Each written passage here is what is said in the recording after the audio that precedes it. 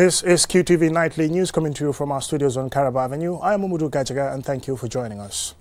First, here are the main news headlines. The Vice President Mohamed B.S. Jallow on Friday presided over the launching of the Gambia Red Cross Society's locally led adaptation and transforming humanitarian response to climate change project. The Ministry of Health, in collaboration with its Rollback Malaria partners, commemorated World Malaria Day 2024 with a community-focused event in Western Region 1. Dr. Fatou Bensouda, the Gambia's High Commissioner to the United Kingdom, is honored by the Asia 1 Europe-Africa Business and Social Forum with the Diplomatic Excellence Award. At his second performance review convergence on Saturday, senior health officials applauded Bundung Maternal Health and Child Hospital for instituting an effective data-driven delivery service policy. Vendors at the Serekunda market say there have been some improvements at the market, but more needs to be done to create a more conducive working business environment, especially during the rainy season. Those were the news headlines. Now the news in detail.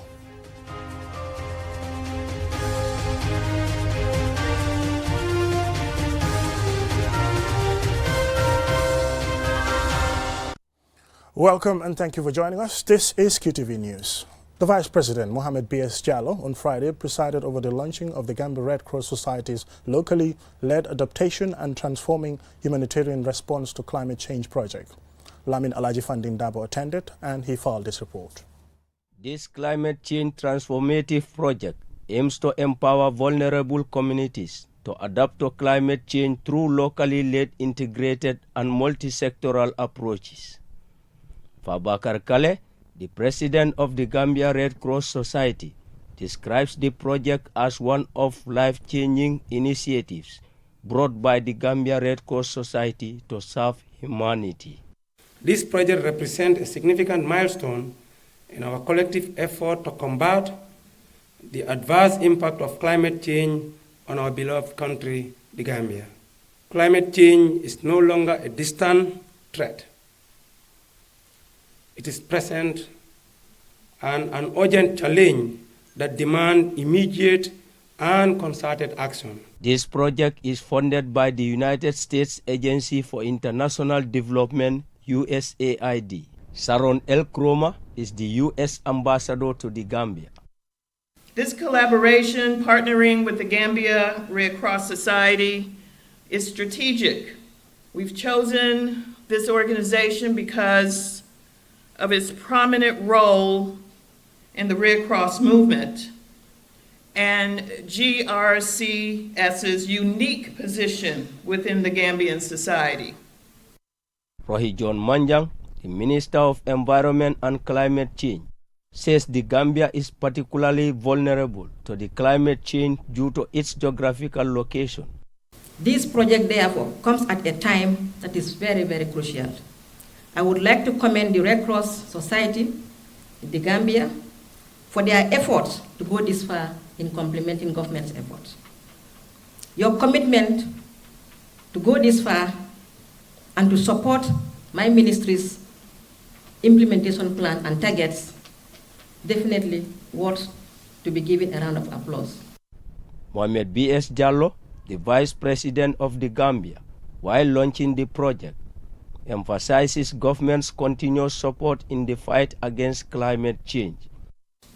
Noting the role of partnership in the realization of government plans, we applaud the crucial role of the Gambia Red Cross Association and partners for this initiative aimed at empowering our commitments to take the lead in adapting to climate change. As we launch this project, I call upon every Gambian to take action, as climate change adaptation is not the responsibility of a few, it is the duty of all. The Acting Secretary General of the Gambia Red Cross Society, Abdullah Fai, gave a statement of appreciation. I would like to express our sincere gratitude to the government of the Gambia for their continuous support and commitment to the Gambia Red Cross Society. Our deepest thanks goes to your FRC once again for their guidance, support, and partnership. Once again, the USAID to the US government, providing the essential funding and support that is needed to make this project a reality. At the event, several speakers gave presentations focusing on the project's implementation plans and strategies. For QTV News, I am Lamin Alaifandindabo. The Ministry of Health, in collaboration with its rollback malaria partners, RBM partners, commemorated World Malaria Day 2024 with a community-focused event in Western Region 1 to fight malaria. Lena Igwenyiba has the rest of that story. World Malaria Day, observed annually on April 25th, highlights the need for sustained investment and political commitment in combating malaria. The root of this March past is crucial for raising awareness around this year's theme, Health Equity, Gender and Human Rights, which emphasizes the challenges faced by communities in malaria endemic regions. Momodu T. Nyasi, Director of Health Services at the Ministry of Health, representing the Minister of Health, highlighted the relevance of the theme, emphasizing the need for inclusive health strategies. The theme served to raise awareness of the fight against malaria for those most affected by this disease, such as pregnant women and children, and highlight the many challenges communities face, such as access to health services and the emerging threat posed by climate change. In the Gambia, the strategies for health equity, gender and human rights are mainstream in the health sector policy and strategy plan and accord the highest premium of priority. Health equity, gender and human rights is also in line with the Ministry of Health's goal, achieving universal health coverage, and this has amplified by provision of free maternal and child health services in all public health facilities, expansion of health facilities across the country to increase geographical access to basic health services for the population, expansion of laboratory services in public health facilities across the country to improve early diagnosis and effective treatment of malaria cases. The Gambia has made significant strides in reducing malaria incidents, with a 70% decline in cases over the past decade, according to the U.S. President's Malaria Initiative. Professor Umberto de Alessandro, Unit Director at the Medical Research Council, the Gambia, acknowledged this progress while stressing the importance of ongoing research and intervention. I may say that among all these deaths and all these cases that we have across the world, 70% occur in 10 African countries, not the Gambia. The Gambia is doing very well, but malaria is a tough disease. Without research and innovation, we can't win the war. So we are already collaborating very closely at the MRC and the National Malaria Control Program. I would really like to appeal to continue this collaboration. This is very important because the situation, the issues, the problems related to malaria are going to change over time. Usman Bojang, Governor of the West Coast region, also spoke on the achievements in malaria prevention and control in the Gambia. The Gambia has developed a collaborative working relationship with neighboring Senegal, I understand. The two countries have a memorandum of understanding that governs their communication, data sharing, and program interactions. This is very, very important. The two countries have successfully implemented two concurrently coordinated insecticide treatment net distribution. Plans are in place for the development of a data sharing platform to facilitate future shared analysis and additional synchronized border activities. Despite the progress made in fight against malaria, challenges remain. The Gambia's National Malaria Strategic Plan 2021 to 2025 aims to shift from controlling malaria to its elimination, with a focus on comprehensive program coverage in high transmission areas. Reporting for QTV News, I am Lena Igwenyiba. Dr. Fatou Bensouda, the Gambia's High Commissioner to the United Kingdom, is honored by the Asia 1 Europe-Africa Business and Social Forum with the Diplomatic Excellence Award. Aliou Cisse has more on this story. This award is presented to heads of diplomatic missions who have shown exceptional dedication to serving their countries and fostering better diplomatic relations with other nations. The award recognizes High Commissioner Fatou Bensouda's teamwork, positive bilateral and multilateral relationship, and her efforts in commercial and personal interactions while carrying out her diplomatic duties. This is the former International Criminal Court prosecutor's reactions after receiving the award. I'm very, very happy to receive this. I feel honored and recognize that Asia One is giving me this award. And I take it on behalf of my entire mission, but as well as my country. I'm really very, very inspired by what you're doing, but I'm particularly very happy that not only Asia and Europe, but Africa is now part of it. So this is very, very encouraging. She expressed gratitude to the organizers for honoring her and pledged to continue serving her country with patriotism and commitment. Dr. Bensouda also expressed appreciation to President Barrow for appointing her as the High Commissioner of the Gambia in the United Kingdom, her staff for their constant support, her family and friends, and the larger Gambian community in the United Kingdom and abroad. Reporting for QTV News, I am Aliou Cisse. The end of that report takes us to a commercial break, and when we return, we still have some more local and other news stories. Do stay tuned.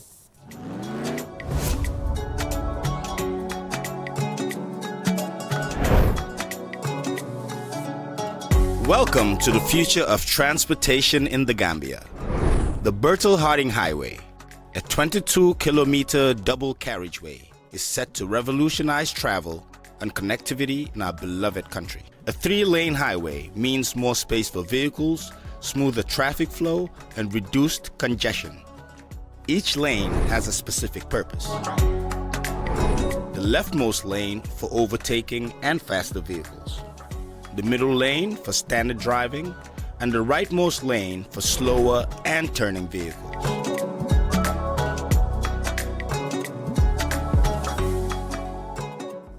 Need a quick car service? Espas Motors has got you covered. From quick scans to oil changes and fuel filter replacements, we handle it all within an hour. Take advantage of our exclusive promotion with 35% off labor and 10% off service. Espas Motors is located at Bertel-Harding Highway, opposite Kotu Power Station. Book now. Call 353-4444, 352-2222, 385-6822. Hurry. Offer ends September 7th. Espas Motors.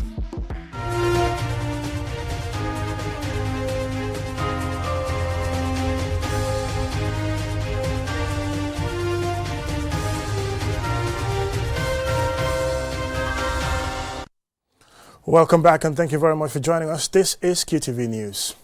At its second performance review convergence on Saturday, senior health officials applauded Bundung Maternal and Child Hospital for instituting a data-driven service delivery policy, which they say resulted in massive positive change in recent years. And Sumana Isunyasi was there, and he now reports. With an unprecedented over 5,000 safe deliveries in a single year, Bundung Maternal Hospital is among the leading health facilities in the country in providing quality and efficient service. This convergence is to review and consolidate the positive gains registered in recent years. Welcoming staff and stakeholders, the hospital CEO Dr. Mamadi Cham said the review provides a platform for stock-taking on the implementation status of stakeholder recommendations of the 2023 performance. And he went on to highlight how instituting a strict data-driven policy has impacted their service delivery. Quarterly review and analysis are done and data presented or transformed into descriptive statistics. This is how it brought us to the second time of convening such an event. The first one was very successful, where it brought the enthusiasm among staff to see how data has improved and transformed the service we provide. To ensure enhanced performance and satisfactory delivery, the hospital management established unit committees who oversee data recordings. This led to what Clara Sen Mendy, a board member, described as the single most impactful policy implemented by the hospital management in recent years. And while she gave assurance of the board's continuous support, she urged staff and management to ensure the policy remains effective. I want to say your willingness to be transparent in your service delivery through this performance review is a clear manifestation of your obsession to continue to be innovative as well as to strive towards excellence. And we look forward to this initiative being replicated across all the not only the health sector, but all across government, so that whatever resources are given to us, whatever mandate is given to us, we are ready to be accountable. Dr. Babandeng Sabali, the Deputy Permanent Secretary Technical at the Ministry of Health, commended the hospital management for implementing a strategy he says will help address challenges, stressing that this data-driven service delivery policy has helped transform Bundung Maternal and Child Health Hospital into one of the leading health facilities in the country. It's important to know that we are witnessing a transformative changes in Bundung in recent years. And this has been spearheaded by the CEO and the management, and of course the staff. Such transformative changes cannot happen if the management and the staff are not at synergy. With its 30 medical doctors, 71 midwives, 61 general nurses, 10 lab technicians and other support staff, the hospital in the year under review is reported to have recorded 98.4% live births with no maternity deaths. And overall surgical operations increased by 58% from 2022, and on average, over 2,000 infants are attended to monthly. Answaneso Nyasi for KTV News. Now, vendors at the Serekunda market say there have been some improvements at the market, but more needs to be done to create a more conducive working environment, especially during the rainy season. Lole M. Camara spoke to the vendors and the authorities at the KMC, and this is our report. Markets are an important part of the economy. It is a place where people go to buy their goods and others to sell and make a living. Vendors and buyers believe having a clean market can help protect our goods and also sold under sanitary conditions. Mususo sells vegetables such as carrots and lettuce, says there have been some improvements but wants to see more.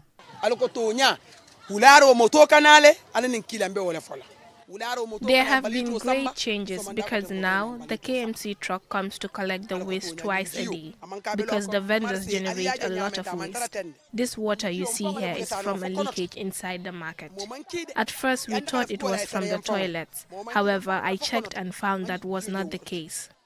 The sewage system is not big enough to contain the water, and when it is full, it leaks on the side. But the market is not always like this. We notice that the government and council are trying to better the conditions here. Tumbulu Sabali, a shopper, while explaining the conditions at the market, made an appeal to the authorities. I came to do some shopping, but it's not easy to get all the things I need. Also, I can't even go further in the market because of the conditions. I have not even finished shopping, but I have to go to the other side, which is in a better condition, to buy the rest of what I need. Those responsible should do more. The market is muddy. There is stagnant water everywhere you go. We also engaged Babukar Vujalo, the Deputy Markets Manager for Kanifi Municipality, about some of the issues at the market. We always have complaints. Like Serekunda is just blessed. Everybody wants to come to Serekunda here. With the capacity we have here cannot contain everybody. So we every day have complaints. So what we do is we have markets where there is nobody. Like if you go to Old Joswang, we have a shed that has been built that can take almost about 200 people. But if you go down there right now, you will have 10 people under the shed. So everybody wanted to come to Serekunda. Some time ago, somebody from the West Coast was here complaining that she wanted a place and she couldn't get it. And I said, you from Brikama, all the way to Serekunda, we cannot even contain people in Serekunda here. So it's very difficult. What we're trying to tell people is let them use the markets because we have markets everywhere. We have just built a new one at Kotu. The sheds are there, the places are there. But everybody want to come to Serekunda here, which is very tough for us. So we have all these things. So let them understand that, like the Wolof says, but they believe in this. They believe in coming to Serekunda. So it's just difficult. But inshallah, we are working very hard. Other people I also spoke to off camera say the market should be clean and attractive, and both vendors and shoppers should be comfortable. Having a clean market environment is crucial for both vendors and buyers. It ensures that the products being sold are of high quality and hygienic, thus protecting the health of all who use the market. For QTV News, Lolly M. Kamar. Now, before we end this news bulletin, here's a recap of our main news headlines. The Vice President Mohamed B.S. Jallow on Friday presided over the launching of the Gambia's Red Cross Society's locally led adaptation and transforming humanitarian response to climate change project. The Ministry of Health, in collaboration with its rollback malaria partners, commemorated World Malaria Day 2024 with a community-focused event in Western Region 1. Dr. Fatou Bensouda, the Gambia's High Commissioner to the United Kingdom, is honored by the Asia 1 Europe-Africa Business and Social Forum with the Diplomatic Excellence. At its second performance review convergence on Saturday, senior health officials applauded Bundung Maternal and Child Hospital for instituting an effective data-driven service delivery policy. Vendors at the Serekunda market say there have been some improvements at the market, but more needs to be done to create a more conducive business working environment, especially during the rainy season. That's all we have time for in this news bulletin. Join us tomorrow at 8 p.m. for Week in Review with Ade Darame and Mamudum Boj. Thank you very much for watching and have a pleasant night. Bye.